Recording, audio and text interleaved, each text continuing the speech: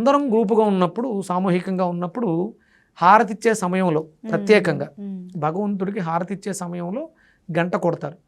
అంటే ఇవన్నీ కూడా ప్రకృతిలో ఉన్నటువంటి నెగిటివ్ ఎనర్జీస్ అన్నీ పోయి ఆ సమయంలో హారతి ఇచ్చేటప్పుడు మనం ఇంతకుముందు మాట్లాడుకున్నాం, అందులోంచి వచ్చేటువంటి కర్పూరపు వాసన స్వీకరించడం ద్వారా ఒక శబ్దము, సువాసన, కాంతి ఇవన్నీ కూడా మనలో ప్రవేశించడానికి ఆ సమయంలో ప్రత్యేకంగా గంట కొట్టడం. అవి ఏదంటే ఏది పడితే అది గంటలు చేసారు. మనకి ఒక అద్భుతమైనటువంటి శబ్దాన్ని ఇచ్చేటువంటి మెటల్, దాన్ని ఏమంటారు, కంచు. అంటే చాలా గుళ్ళలో ఇత్తడికి, అంటే కంచు ఇప్పుడు కొంచెం కాస్ట్ ఎక్కువైపోయింది.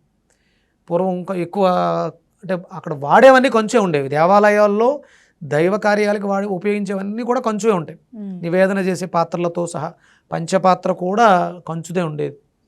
ఇప్పుడు కేవలం గంట వరకు పరిమితమైంది. అది శబ్దం, ఆ ఫ్రీక్వెన్సీ కరెక్ట్ ఫ్రీక్వెన్సీని ఇస్తుంది.